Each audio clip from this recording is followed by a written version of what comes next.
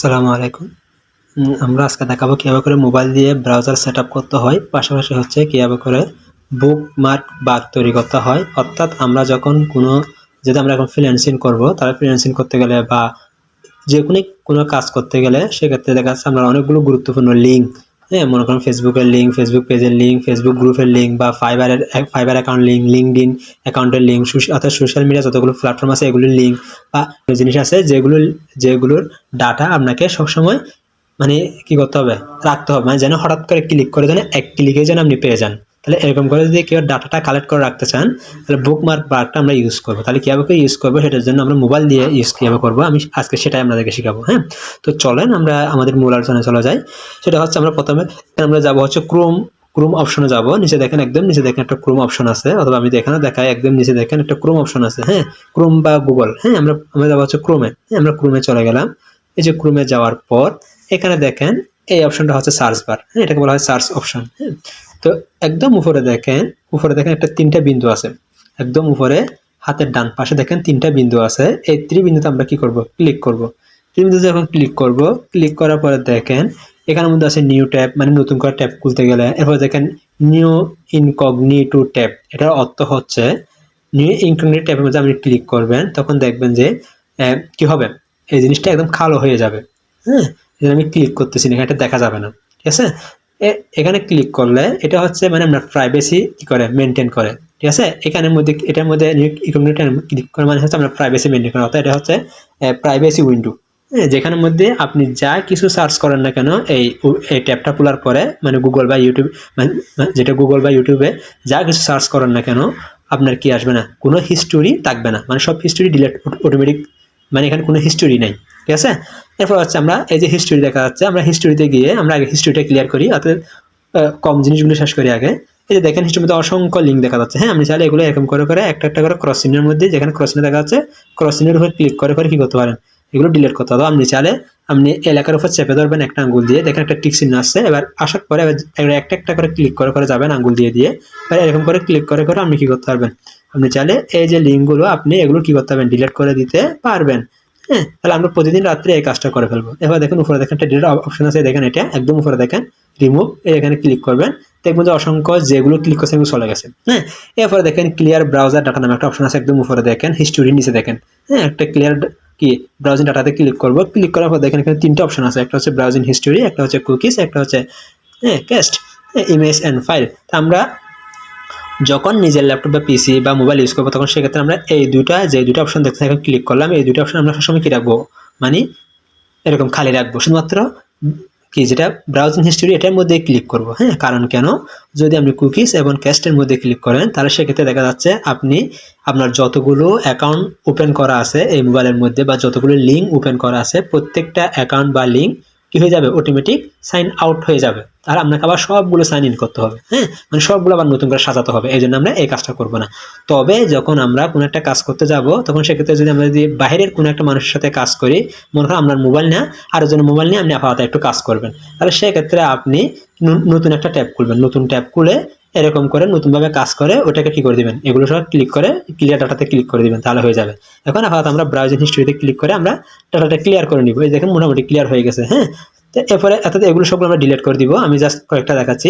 এরপরে এরপরে ক্রসিংয়ে ক্লিক করে দিলাম, আবার দেখুন উপরে ত্রিবিন্দুতে ক্লিক করলাম। ক্লিক করার পর দেখেন একদম উপরে তাকান একটা স্টার চিহ্ন দেখা যাচ্ছে। হ্যাঁ, এই স্টার চিহ্ন নাম হচ্ছে বুকমার্ক আইকন।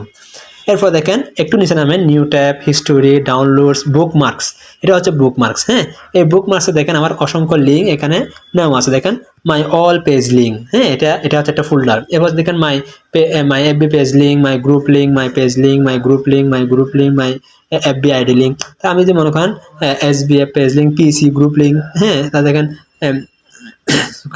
দেখেন মাই এফবি পেজ লিঙ্ক, আমি যদি এখানে ক্লিক করি মাই এফবি পেজ লিঙ্কে, দেখেন সরাসরি আমাকে আমার পেজে নিয়ে যাবে। হ্যাঁ, তাহলে আমাকে কি করতে হলো না, আমাকে পেজটা ফেসবুকে গিয়ে খুঁজতে হলো না, আমি কিন্তু সরাসরি কি পেয়ে গেছি, আমার ফেসবুক পেজে। দেখেন এটা হচ্ছে আমার পেজ, আমি পেজের কি পেয়ে গেলাম, লিঙ্ক, সরাসরি পেজের মধ্যে চলে আসলাম। হ্যাঁ, এই জন্য আমরা কি করে রাখবো, এগুলো এরকম করে সাজিয়ে রাখবো। তাহলে কীভাবে সাজিয়ে রাখবো, তাহলে চলেন কীভাবে সাজিয়ে রাখবো আমরা একটু দেখি।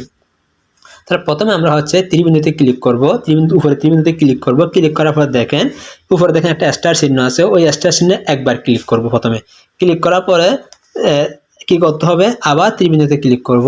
আবার এখন দেখেন একটু গ্রিন হয়ে গেছে। হ্যাঁ, তাহলে আমরা আবার ওই বুকমার্কের যে অপশনটা আছে বুকমার্ক বা স্টার চিহ্ন যেটা সেটা আবার ক্লিক করব। তাহলে দেখা যাচ্ছে এরকম একটা ট্যাব ওপেন হবে। এরকম ট্যাব ওপেন হওয়ার পরে আমরা কি করব, যেখানে লেখা আছে নিউ ট্যাব সেখানের মধ্যে ডিলিট করে দিব। ডিলিট করার পরে এখন দেখেন আপনি এখানে কোন জিনিসটা কি করবেন, সেভ করবেন। মনে করেন আপনি চাচ্ছেন যে আপনার ফেসবুক আইডি লিঙ্কটা এখানে সেভ করে রাখবেন। তাহলে সেই ক্ষেত্রে আপনি কি লিখবেন, এখানে মাই FB ID link, my FB ID link, হ্যাঁ, মাই এফবি আইডি লিঙ্ক অথবা মাই এফবি আইডি, জাস্ট এটা লিখে ইয়া করলাম। এরপরে দেখেন নিচে দেখেন ক্রোম নেটিভ, এটা এই যে এখানে ক্লিক করে আমরা এটা সম্পূর্ণ কেটে দিব। কেটে দেওয়ার পর আমরা কি করব, এটাতে ডাইরেক্ট মাঝখানে টিপে ডাইরেক্ট বের হয়ে যাবে। বের আমরা ফেসবুকে চলে যাবো। ফেসবুকে গিয়ে যেহেতু আমরা একটা ফেসবুক আইডি বলছে, আমরা ফেসবুকে গিয়ে ফেসবুক আইডি লিঙ্কটা নিব। দেখেন 3 বিন্দুতে ক্লিক করব। ক্লিক করার পর দেখেন কপি লিঙ্কে ক্লিক করবো। এটা সবাই জানেন কীভাবে কপি করতে হয় লিঙ্কটা। মনে করেন ক্লিক করলাম। ক্লিক করার পর চলে আমরা এখানে চলে আসলাম। এবার এখানে গিয়ে পেস্ট করলাম। পেস্টে ক্লিক করলাম। এরপর দেখেন লেখা আছে folder my all A page link, just এই মাই অল পেজ লিঙ্কে ক্লিক করব। ক্লিক করার পর দেখেন আপনি এখন কোথায় রাখবেন, অবশ্যই আমরা মোবাইল বুকমার্কে রাখবো। আমি মোবাইল বুকমার্কে ক্লিক করে রাখলাম। অথবা আপনি যে চান যে না আমি মোবাইল বুকমার্কে রাখবো না, আমি নতুন আরেকটা ফোল্ডার খুলবো, তাহলে সেক্ষেত্রে দেখেন উপরে লেখা আছে নিউ ফোল্ডার। তার নিউ ফোল্ডারে ক্লিক করার পর এখানে টাইটেল কি দিবেন, মনে করেন কি my all FB ID link, মানে আমরা যে 4-5টা ফেসবুক আইডি দেখে, তাহলে সেক্ষেত্রে আপনি এখানে কি করতে পারবেন, my all FB ID link দিয়ে একটা ট্যাব খুলতে পারবেন, মানে একটা ফোল্ডার খুলতে পারবেন। তাহলে কি করলাম আমরা, এই দেখেন এখন my all FB ID link নামে একটা কি হয়ে গেল, ট্যাব ওপেন হয়ে গেল। আমি আবার দেখাচ্ছি, এখানের মধ্যে ক্লিক করে দেখেন যদি নতুন কোনো ট্যাব মানে নতুন কোনো ফোল্ডার খুলতে চান, তাহলে সেক্ষেত্রে উপরে দেখেন লেখা আছে নিউ ফোল্ডার। নিউ ফোল্ডারে ক্লিক করে আপনি আপনার ফোল্ডার নামটা দিবেন। দেওয়ার পরে টিক চিহ্নতে ক্লিক করলে অটোমেটিক চলে আসবে। আর এটা করার পরে এখন দেখেন এখানে কোথাও সেভ বা নেক্সট কথাটা লেখা নাই। তাহলে এরকম প্রথমে হচ্ছে আপনি এখানে এটা লিখবেন, তারপরে এই জায়গার মধ্যে আপনার লিঙ্কটা বসাবেন। এই জায়গার মধ্যে আপনি কি করবেন, ক্লিক করে আপনি তাহলে বুকমার্কে নিতে পারেন। দেখেন আমি যদি ক্লিক করি মোবাইল বুকমার্ক, এখানে ক্লিক করে দেখেন মোবাইল বুকমার্কে চলে আসবে। আর আপনি যদি মনে করেন মাই অল এফবি আইডি লিঙ্কে ক্লিক করেন, তাহলে এটা একটা ফোল্ডার হিসেবে ওপেন হবে।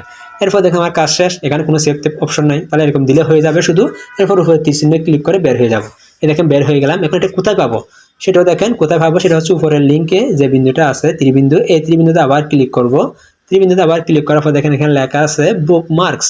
হ্যাঁ, একটু দেখেন 3-4টা লাইন পরে দেখেন নিউ ট্যাব, হ্যাঁ, new incognito tab, history, downloads, তারপর হচ্ছে বুকমার্কস। এই বুকমার্কসে যখন আপনি ক্লিক করবেন তখন দেখেন এখানে আপনি এখন আমি যে ফোল্ডারটা খুললাম একদম উপরে দেখেন my all FB ID link নামে একটা ফোল্ডার ওপেন হয়েছে।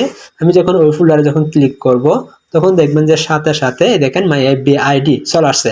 এখন মনে করেন আমি চিন্তা করছি যে এটাকে আসলে ঠিক হয়েছে নাকি হয়নি, আমি দেখার জন্য কি করব, এই লিঙ্কের মধ্যে জাস্ট আঙ্গুল দিয়ে ক্লিক করব।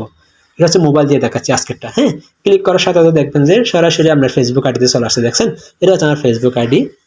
তাহলে সরাসরি আমার ফেসবুক আইডিতে কি হলো, চলে আসলো। তাহলে আমরা আজকে শিখলাম কিভাবে করে বুকমার্কটা করতে হয়। ঠিক আছে, আবার দেখাচ্ছি। ত্রিবিন্দুতে ক্লিক করব। ত্রিবিন্দুতে ক্লিক করার পর দেখুন উপরে একটা স্টার চিহ্ন আছে, ওই স্টার চিহ্ন প্রথমে একবার ক্লিক করব, আবার ত্রিবিন্দুতে ক্লিক করে আবার স্টার চিহ্ন ক্লিক করব, তাহলে এরকম আসবে।